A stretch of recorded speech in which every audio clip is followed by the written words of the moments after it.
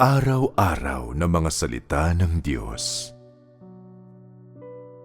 Tinukso ni Satanas si Job sa unang pagkakataon. Ninakaw ang kanyang mga alagang hayop at sumapit ang kalamidad sa kanyang mga anak. A. Ang mga salitang binigkas ng Diyos. Job, unang kabanata, talata 8. At sinabi ni Jehovah kay Satanas, "Iyo bang pinansin ang aking lingkod na si Job, sapagkat walang gaya niya sa lupa, na sakdal at matuwid na lalaki, na natatakot sa Diyos at umiiwas sa kasamaan?" Job, unang kabanata, talata 12. At sinabi ni Jehovah kay Satanas, "Narito, lahat niyang tinatangkilik ay nasa iyong kapangyarihan. Siya lamang ang huwag mong pagbuhatan ng iyong kamay." Sa gayoy lumabas si Satanas na mula sa harapan ni Jehovah. B. Sagot ni Satanas. Job, unang kabanata, talata 9 hanggang 11. Nang magkagayoy, sumagot si Satanas kay Jehovah at nagsabi, "Natatakot ba ng walang kabuluhan si Job sa Diyos? Hindi mo ba kinulong siya at ang kanyang sambahayan at ang lahat niyang tinatangkilik sa bawat dako? Iyong pinagpala ang gawa ng kanyang mga kamay at ang kanyang pag-aari ay dumami sa lupain.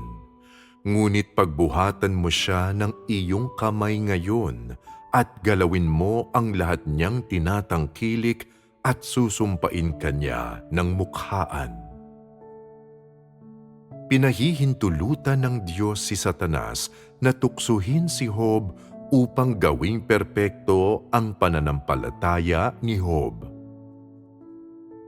Ang Job, unang kabanata, talata 8, ay ang unang tala na makikita natin sa Biblia tungkol sa isang pag-uusap sa pagitan ng Diyos na si Jehovah at ni Satanas. At ano ang sinabi ng Diyos? Ang orihinal na teksto ay naglalaman ng sumusunod na salaysay. At sinabi ni Jehovah kay Satanas, "Iyo bang pinansin ang aking lingkod na si Job, sapagkat walang gaya niya sa lupa, na sakdal at matuwid na lalaki, na natatakot sa Diyos at umiiwas sa kasamaan?" Ito ay pagsusuri ng Diyos kay Job sa harap ni Satanas. Sinabi ng Diyos na siya ay isang lalaking perpekto at matuwid na may takot sa Diyos at umiiwas sa kasamaan. Bago pa man ang mga salitang ito sa pagitan ng Diyos at ni Satanas, pinagpasyahan na ng Diyos na gagamitin niya si Satanas upang tuksuhin si Job, na ipapasa niya si Job kay Satanas. Sa isang banda, patutunayan nito na ang pagmamasid at pagsusuri ng Diyos kay Job ay tumpak at walang pagkakamali at magdudulot ng kahihiyan kay Satanas sa pamamagitan ng patutuo ni Job. Sa kabilang banda, gagawin nitong perpekto ang pananampalataya at takot ni Job sa Diyos. Dahil dito, nang si Satanas ay naparoon sa harap ng Diyos, hindi nagpaligoy-ligoy ang Diyos. Diretso niyang sinabi at tinanong kay Satanas, "Iyo bang pinansin ang aking lingkod na si Job, sapagkat walang gaya niya sa lupa, na sakdal at matuwid na lalaki, na natatakot sa Diyos at umiiwas sa kasamaan?" Nasa tanong ng Diyos ang sumusunod na kahulugan. Alam ng Diyos na nililibot ni Satanas ang lahat ng lugar at madalas niyang nasusubaybayan si Job na lingkod ng Diyos. Madalas na nitong tinukso at sinalakay si Job sa paghahanap nito ng paraan upang wasakin si Job at mapatunayan na ang pananampalataya ni Job sa Diyos at ang kanyang takot sa Diyos ay hindi matatag. Agad-agad ding naghanap si Satanas ng mga pagkakataon para ganap na masira si Job upang itakwil ni Job ang Diyos at upang agawin si Job mula sa mga kamay ng Diyos.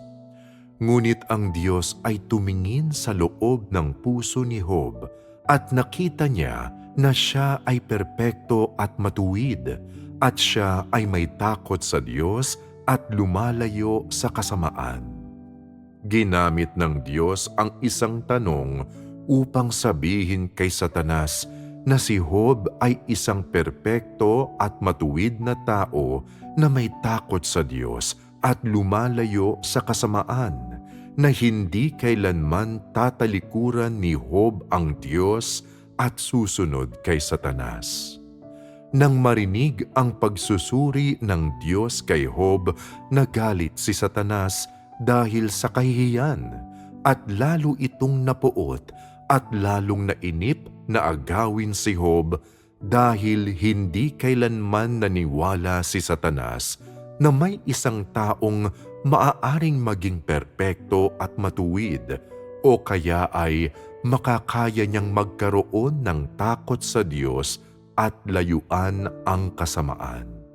Kasabay nito, si Satanas ay napuot din sa pagkaperpekto at pagkamatuwid ng tao at nagalit sa mga tao na nakakayanang magkaroon ng takot sa Diyos at layuan ang kasamaan. Kaya naman nasusulat sa Job, unang kabanata, talata 9 hanggang 11 na, nang magkagayoy, sumagot si Satanas kay Jehova at nagsabi, "Natatakot ba nang walang kabuluhan si Job sa Diyos? Hindi mo ba kinulong siya at ang kanyang sambahayan at ang lahat niyang tinatangkilik sa bawat dako? Iyong pinagpala ang gawa ng kanyang mga kamay at ang kanyang pag-aari ay dumami sa lupain. Ngunit pagbuhatan mo siya ng iyong kamay ngayon at galawin mo ang lahat niyang tinatangkilik at susumpain kanya ng mukhaan."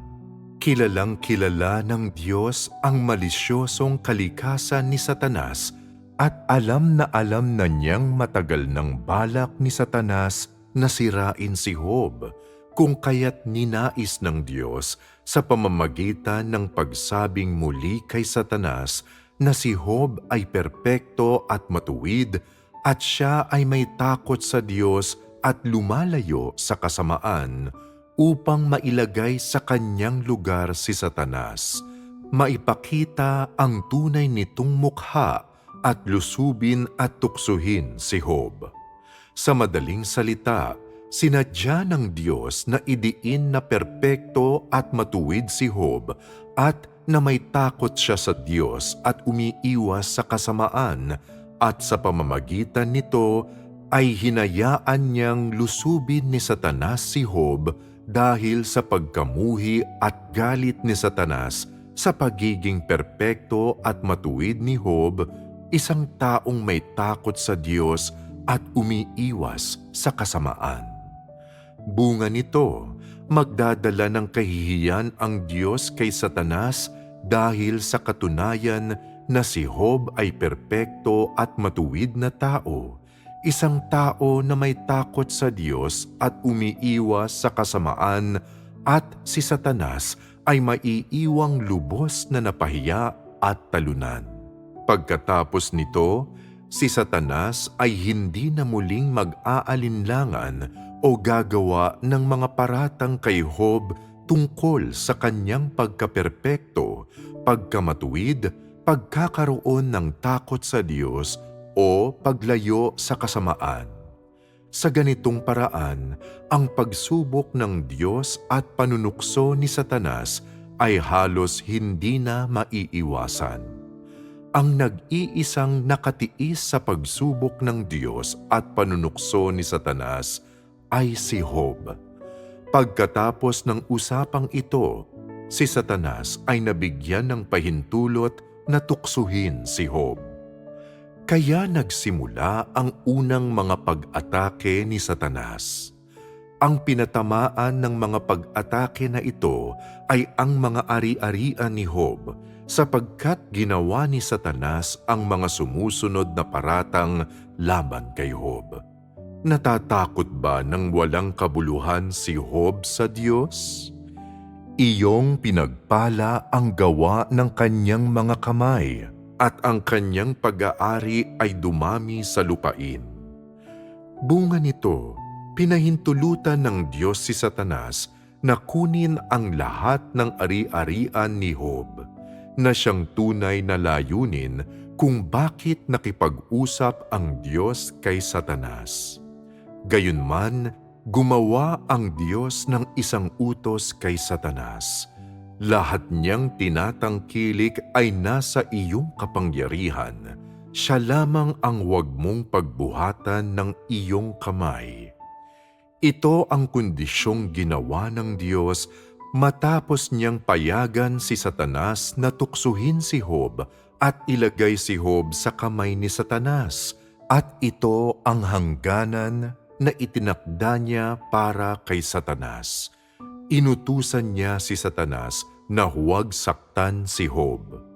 Dahil kinilala ng Diyos na si Job ay perpekto at matuwid at mayroon siyang pananampalataya na ang pagkaperpekto at pagkamatuwid ni Job sa kanyang harapan ay walang pag-aalinlangan at kakayanin ang pagsubok, kung kaya't pinahintulutan ng Diyos na tuksuhin ni Satanas si Job, ngunit nagpataw siya ng hangganan kay Satanas. Si Satanas ay pinahintulutan na kunin ang lahat ng ari-arian ni Job, ngunit hindi nito maaaring saktan si Job. Ano ang ibig sabihin nito?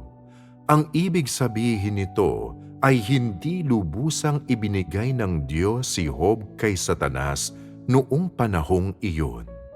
Maaaring tuksuhin ni Satanas si Job sa anumang paraan na nais nito, ngunit hindi nito maaaring saktan si Job mismo, kahit man lamang isang buhok sa kanyang ulo, dahil ang lahat tungkol sa tao ay pinamamahalaan ng Diyos, at ang pagkabuhay o pagkamatay man ng tao ay pinagpapasyahan ng Diyos.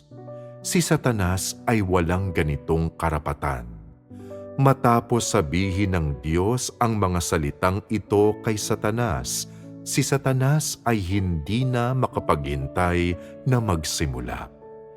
Ginamit nito ang lahat ng paraan upang tuksuhin si Job, at hindi nagtagal nawalan si Job ng gabundok na dami ng tupa at baka at ang lahat ng ari-arian na ibinigay sa kanya ng Diyos. Sa ganito dumating ang mga pagsubok ng Diyos sa kanya.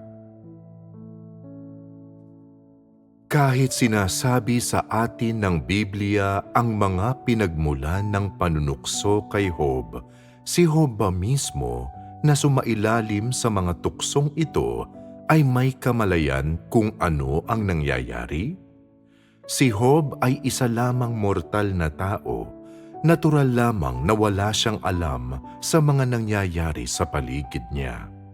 Gayunman, ang kanyang takot sa Diyos at ang kanyang pagkaperpekto at pagkamatuwid ang nakatulong sa kanya upang maunawaan na ang mga pagsubok ng Diyos ay dumating sa kanya.